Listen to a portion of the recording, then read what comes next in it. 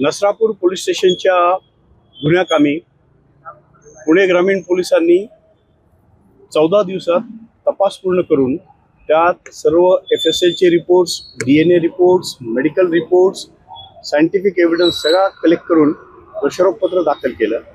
दोषारोपपत्र दाखल केल्यानंतर 1100 पानी दोषारोपपत्रांचं कॉपी या आरोपीच्या वकिलात देण्यात आली. DSLA कडनं आरोपीच्या तर्फे एकूण 3 वकिलांचा अपीयरन्स देण्यात आलेला आहे. 1 आठवड्याचा वेळ त्यांना देण्यात आला दोषारोपपत्राचा अभ्यास करण्यासाठी. दोषारोपपत्राचा अभ्यास केल्यानंतर काल आरोपी विरुद्ध चार्जेस फ्रेम करण्यात आलेले आहेत.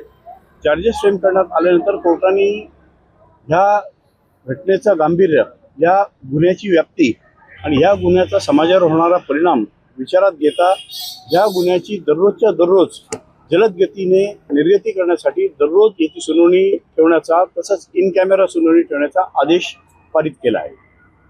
त्याप्रमाणे काल एकूण 82 साक्षीदारांना साक्षी समन्स काढण्यात आले.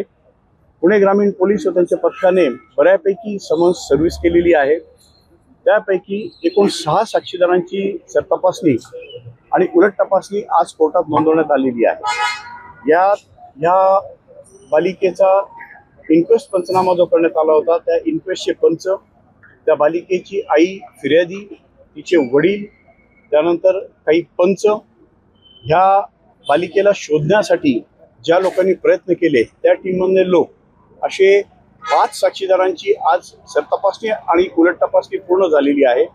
6व्या साक्षीदाराची सरतपासणी आज 6 वाजेपर्यंत नोंदवण्यात आली. कोर्टाचा वेळ संपल्यामुळे त्याची पुढील सरतपासणी ही उद्या केली जाईल.